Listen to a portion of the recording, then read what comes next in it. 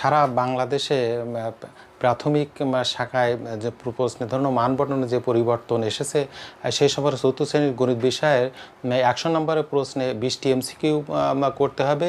এটার প্রতিটির জন্য 1 নাম্বার। সেই বহু নির্বাচনী প্রশ্নটি দাগ নাম্বার দিয়ে শুধুমাত্র উত্তরটি লিখলে হবে, কোনো অঙ্ক করতে হবে না। আর শূন্যস্থানে 10টি শূন্যস্থান করতে হবে, প্রতিটির জন্য 1 নাম্বার।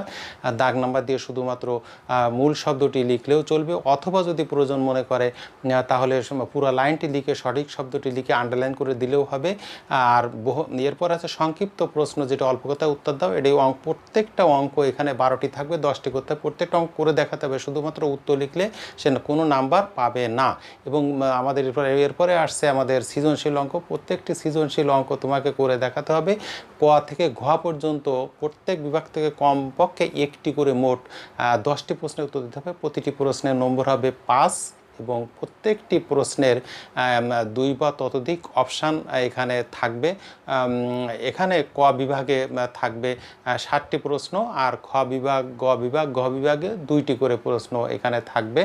তাহলে কমপক্ষে একটি করে মোট 10টি প্রশ্নের উত্তর দিতে হবে। এই ছিল চতুর্থ শ্রেণীর গণিত বিষয়ের প্রশ্ন। এরপরে আমি পরবর্তীটা একটা নিয়ে আসছি। ধন্যবাদ।